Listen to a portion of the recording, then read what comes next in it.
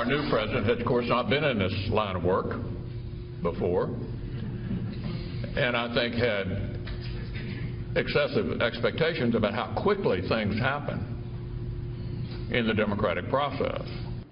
Well, that comment has really set off a number of conservatives, and particularly supporters of President Trump. And we're going to talk about it here in the next few minutes. Washington Times columnist Madison Gesiotto is here. Former Bush 43 Special Assistant Ron Christie is here. And Caitlin Huey-Burns from RealClearPolitics is also here. Why don't I go to you, Madison? Number one, I know you've been a big supporter of the president, and a lot of people who are like you say, boy, excessive expectations? Really? They're upset about this, right? Right. It's absolutely ridiculous. We have to keep in mind why President Trump was elected. He was elected to drain the swamp, to change Washington. You know, this is not a game of life or monopoly. This is the real world. There are real people out there every single day that are hurting because Congress is not, making the changes that they need to make quickly enough. And so I think it's ridiculous and quite insulting to the American people. There you go, Ron. So your Republican Party seems to be getting along quite well these days. What do you say?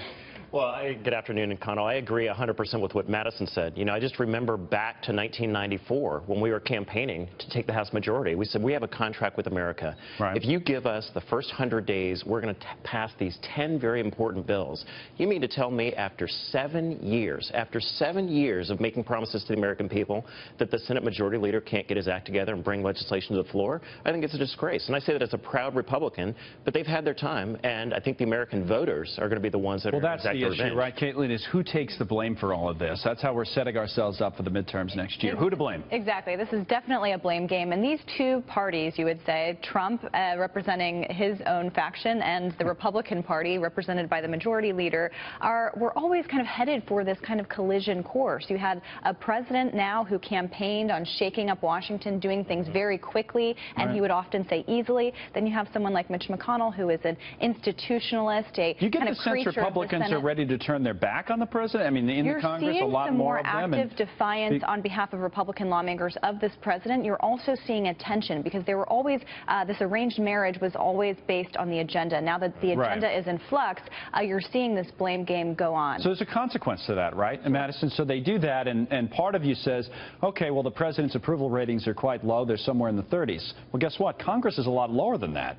So maybe it is the congressional Republicans that have more to lose here, or more at risk than this president, because they're all up for re-election, or many of them are, next year. Right. I'll tell you right now that the minute congressional Republicans turn their backs on the president is the minute that the American people will turn their backs even more on congressional Republicans. And where do they go? 2018 is coming soon. Primaries, you mean? Yes. They'll all be primaried. I believe they will if they don't get their act together and get their act together very quickly. Like he said, we had 7 years to come up with something to either repeal Obamacare or to repeal and replace Obamacare, and they have absolutely nothing. We're a blank slate as we were 7 years ago. I've spent a lot of time talking to Republican lawmakers and strategists, and you hear over and over again, after the health care bill failure, you heard this concern and anxiety and frustration from Republicans about that the president isn't doing enough to help make these negotiations happen. Someone that campaigned as kind of the deal maker wasn't able to close that deal. So there is a frustration that he didn't go out there and use the bully pulpit to the extent that he can, and that he hasn't really figured out a way yet to incentivize these lawmakers to You must hear that too, Ron. I mean, you said, or seemed to kind of side with the president over the majority leader in your initial comments, but you must hear that, right, from people you know on Capitol Hill. I mean, what happens here? Same thing that Caitlin said I'm hearing all the time. You have a lot of moderate members who are very upset that the president didn't come out and say, here are my principles for reform, get me a piece of legislation, but it has to have the following components. I think this is normal for a White House. Certainly our first 6 months in office, it was very difficult for President Bush. And Bush 43, how do you work for Bush? Yes, for Bush 43. How do you work with the Congress? And I think with a new experienced White House Chief of Staff and a better streamlined operation, I think this president and this White House will deliver, but they have to, because these Republicans are running scared. How? I mean, how does the math work on delivering? Does anybody want to weigh in on that? Because it's one thing to have a debate about whether or not we can get 60 votes in the Senate for something that one party supports, but now getting to 50, especially if this is the type of rhetoric you have between a majority leader and a president, how do you get there? Well, a couple different reasons this is happening. You only have two really vulnerable Republicans up for re-election next year. I know. And so there isn't that pressure. And I've also talked to Republicans who say we aren't putting enough pressure on the Democrats who are in these tough races next year. You see no Democrats cross over the aisle for major pieces of legislation, which is also really telling. They're saying that they have no political incentive to work with this president, which means that there is, little real margin of error. No, you're right, and that's interesting. We're going to talk a little bit more about that later, because when you look at the numbers, it's not a foregone conclusion that the Republicans suddenly lose the Senate or even the House, even if they're politically unpopular, and it's really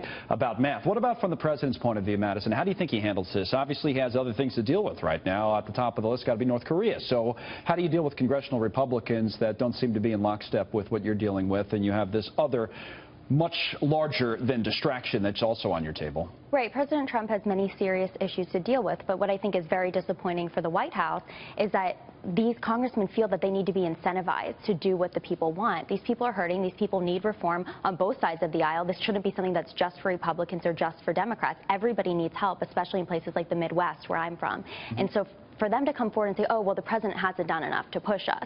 No, they should be doing this regardless. The White House is pushing back more, or seems more worked up about their own quote-unquote colleagues, right, than the Democrats sometimes, at least over the last week or so. Do you find that strange? Or? No, I mean, I understand their frustration completely, but I think there should be frustration on both sides coming from the people across this country that have been hurt by this, disastrous Obamacare. What about you, Ron? That idea, this infighting, it can't be healthy 100% for the party, right? I mean, it's terrible. It's destructive. A lot of the members of Congress that I've been speaking with in the last couple of weeks say that we need to get our collective act together. If we're going to fight and if we're going to sit in the circular firing squad, why should the American people give us the trust and give us the opportunity to lead? And one other thing I would add is that... What's the answer to that, by the way? Well, the answer to that is Donald Trump is our president. He's a Republican, and Republicans need to find a way to deliver on the promises that they made, to work with this president, to put legislation on his desk, and find a way to get those things signed. Okay, that's a key point. Donald Trump is our president. Ron speaking as a Republican. He's worked for Republicans many times in the past. I wonder if that's part of it. That's many of these, I don't want to speak for Mitch McConnell, but that many of these Republicans, you find that when you speak to, don't see this president as certainly a traditional Republican or one of them, right? Right. I mean, we know that a few members of Congress supported this president actively and kind of came around to it at the end. Yeah, because he was going to win, or he's going to be nominated. Exactly, and they had an agenda binding them together. I think, I've had conversations with Republicans inside and outside of Washington, and you definitely see this contrast between state party chairs, for example, who are very supportive of this president and think that he is helping them cultivate candidates. I think when you look at races in 2018, there's going to be a difference between how incumbent Republicans, and how challengers to Democrats run. Talk to some of these challengers who are running right side by side with Donald Trump, thinking that that will be kind of using that pox on both your houses, let's change up Washington. So I think that dynamic will be interesting. Think they keep the House? They keep control, by the way? I mean, I know I think it's early, difficult. It's an uphill battle for Democrats to take the House, just given how these lines are drawn. And just because you're a Republican who doesn't like Trump does not necessarily mean you're going to flip for a Democrat. Like I said, we're going to talk about it later, but what do you think, Madison? Keep the House? I think they will keep the House, and I think that'll be a result of the changes we're seeing in the state level. Places, like I said, where I'm from, Ohio, we have a new state chair, Jane Timken. She's doing an amazing job working with the president and hopefully putting out candidates. West Virginia governor changing parties, things like that. Ron, that's the final word then on keeping the House and the Senate. Are you confident in the Republicans? Very confident. I think we keep the House handily, and I think we even actually pick up 5 seats in the Senate. That's interesting. It just shows you conventional wisdom's not always right on these things when you start running the math. Well, like I said, we're going to talk more about it later. But thanks, guys. Appreciate it. All three of you.